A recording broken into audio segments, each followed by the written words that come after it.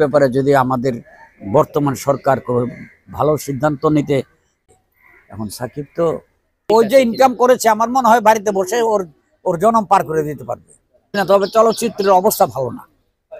কি দিয়ে ভাত খাবো বাজার না করলে তো আমি বলতে পারবো না। আজকে আমি এই ডাল ভাত রুই মাছ খেলাম, তো আগামীকালকে কি দিয়ে খাবো সেটা তো আমি জানি না। একজনের পক্ষে সম্ভব না। ওর ছবিতে চলে, ওর ছবিতে মানুষ দেখে, কিন্তু চাঙ্গা চাঙ্গা হচ্ছে একজন পরিচালক, একজন শিল্পী বছরে কটা ছবি দিতে পারবে? দুটা তিনটা। বানাতে তো সময় লাগে। শেষ অফুরন্ত সময় দিলেও সময় লাগে। ওর শুটিং এর পরও ওখানে আর একটি কাজ শুটিং এ এরকম আরো 90টা কাজ আছে একটি চলচ্চিত্রে। ওই কাজগুলো করতে সময় লাগে। তো সাকিব তো এক নম্বর নায়ক, এটা তো বলার কোনো অপেক্ষা রাখে না। তো এখন হলে গিয়া যে একজনকে দিতে হবে না।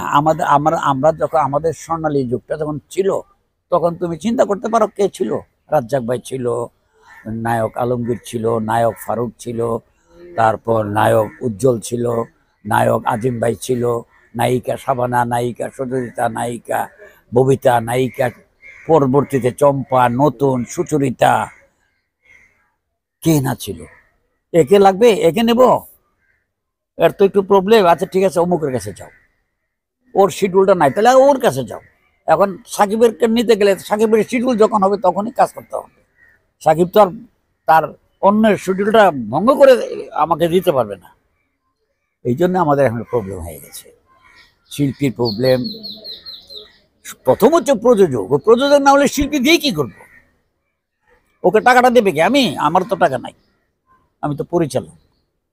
একজনের আকাশচুম্বী টাকা চাইলো, প্রযোজক মনে করে এই টাকা দিল আমার ছবির ব্যবসা হবে, নিল, ইজি।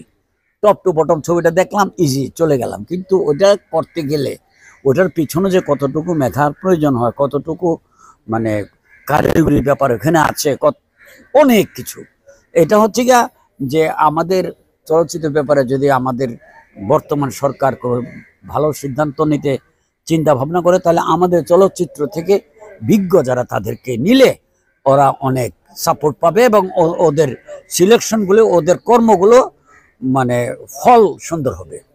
না, এটা আমাদের জানাতে হবে। এমন কোনো আইন নাই তো যে আমাদের সাথে কথা বলে সেন্সর বোর্ডের মেম্বার সিলেক্ট করবে, এরকম কোনো নিয়ম বা নাই নাই নাই আমাদেরকে জিজ্ঞেস করবে কেন? যদি ওরা মনে করে আমাদেরকে জিজ্ঞেস করতে পারে।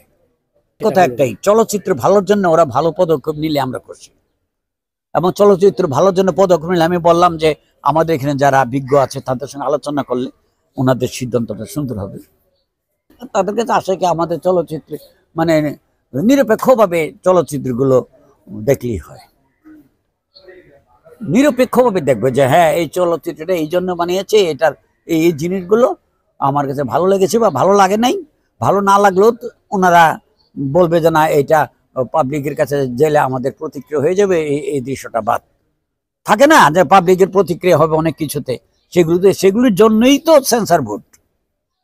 তো এই আর কি। এখন যারাই আসবে তারা ডেফিনেটলি আমি মনে করি ওরা ভালো করবে। ওদের জ্ঞান না থাকলে, ওদের একেবারে জ্ঞান না থাকলে এদেরকে তো ওখানে নেয় নাই। কেউ চলচ্চিত্রে, কেউ টিভিতে কাজ করে, কেউ নাটক করে, জিনিস তো একই। এখন এটা কিছু করণীয় নাই। ভোট তো হবেই। যদি একটা ছবি আসে তখন এরা দেখবে। সরকারের অন্যান্য লোকরা তো এটা দেখবে না, বুঝবে না। যারা বুঝবে তাদেরকে নিয়োগ দিয়েছে। তো এখন চলচ্চিত্র যদি প্রযোজকরা এগিয়ে না আসে তাহলে তো চলচ্চিত্র এমনিতে মুখ থুবড়ে পড়ে গেছে একরকম। এখন তো টেলিভিশনে মানুষ সেট হয়ে গেছে, টেলিভিশনে প্রতিটা ছবি দেখায়। তো সময় নষ্ট করে ওখানে যাবে, 300 টাকা খরচ হবে, 3 ঘন্টা সময় নষ্ট হবে। এই ঘরে ইউটিউবে দেখলাম বন্ধ করে দিলাম, কাজ আছে, আবার এসে দেখলাম।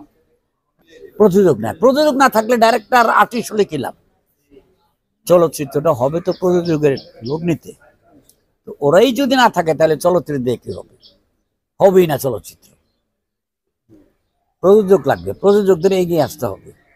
আমরা অনেক চেষ্টা করে, আমরা পরিচালকরা অনেক প্রযোজকরা আনি, আপনি করেন, আপনার ব্যবসা সফল ছবি হবে, ব্যবসা হলে আপনার লাভ হবে, আমরা এরকম বলে টলে তারপর তাদেরকে আনি।